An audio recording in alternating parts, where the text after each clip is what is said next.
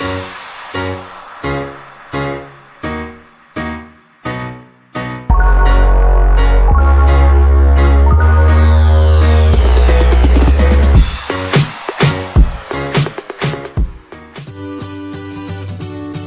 largest of the Caribbean islands is Cuba, located less than 100 miles from the southernmost point of Florida in the U.S. Although still closed off to American tourists, Cuba is open to other world travelers eager to explore the rich culture and history of the island, known for its legendary cigars, American vintage cars, stunning beaches, not to mention a few rum distilleries. Cuba clearly has a lot to offer visitors. The perfect trip to Cuba will include Havana, but it will also get off the beaten track and explore the incredible scenery and culture of the entire island.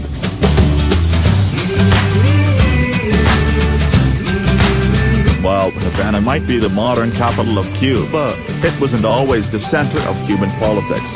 Baracoa is sometimes known as the first city, and it was the very first capital of the island. Baracoa was founded in the early 16th century by famed explorer Diego Velázquez, and it retains much of its colonial architecture. The Catedral de Nuestra Señora de la Asunción is just one example worth checking out.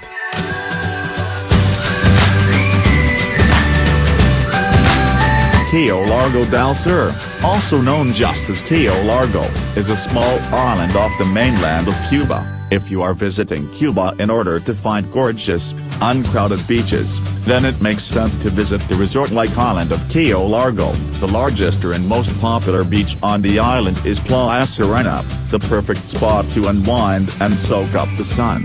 Common activities on Cayo Largo include swimming, snorkeling, surfing and kayaking.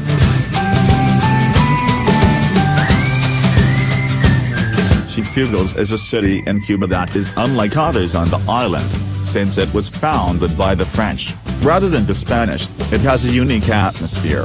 The city is known as La Perla del Sur, or the Pearl of the South. For those who appreciate mid-century modern architecture, the peninsula of Gorda is a must-see. There are still many 1950s homes, many of which have been carefully preserved.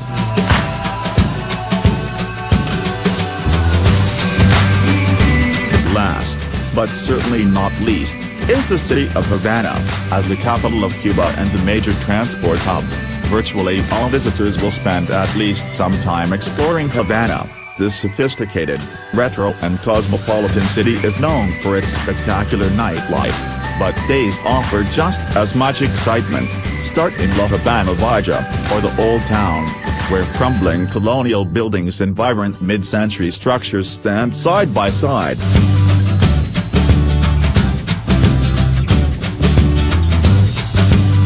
Just north of the mainland, and connected via bridges, is the archipelago called Jardines del Rey. Jardines del Rey, or Gardens of the King, is a chain of islands including Cayo Coco, Cayo Guillermo, Cayo Perdón Grande and Cayo Romano. The islands weren't true tourist destinations until the 1990s, when the first hotel was built. Even today, many visitors come for the fact that the chain is still largely undeveloped.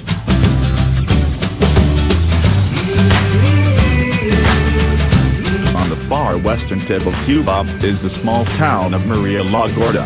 While Maria la Gorda might not have a lot of infrastructure or big tourist attractions, it still gets plenty of visitors throughout the year. That's because Maria la Gorda is one of the top diving destinations in the Caribbean. If you're a scuba diver, then make your way to the area for guided trips out to sea. The underwater marine life is rich, and regular trips depart from the marina.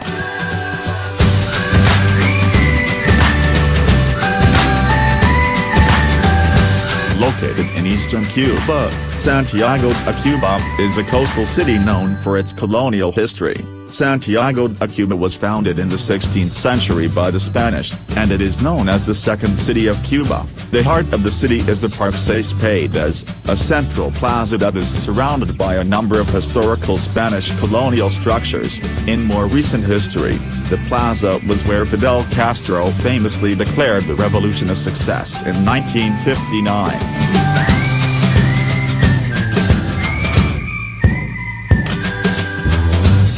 for those with a love of history or architecture, Trinidad is a great place to visit in Cuba. The heart of Trinidad is Plaza Mayor, the main square surrounded by neo-Baroque buildings. Next door to the plaza is a colonial convent that now houses the Museum of the War Against the Bandits, or the Luca Contrabandidos. After exploring the museum, walk uphill away from the Plaza Mayor to shop for handicraft souvenirs. Popular items for sale include hands-on tablecloths and napkin linens.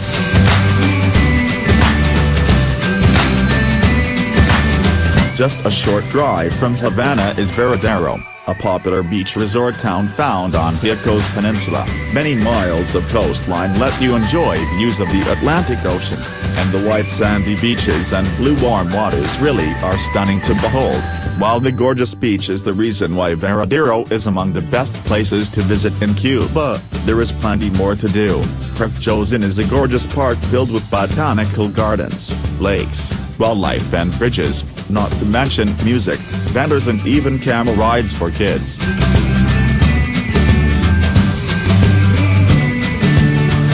While Cuba has several national parks, none is so beautiful and accessible as the one located in the Vinales Valley. Vinales is known as a stunning destination, and history tells that it was Castro's favorite place on the island. The valley is surrounded by mountains, tobacco still grows to manufacture iconic Cuban cigars, and countless caves add an extra ounce of adventure for the intrepid traveler.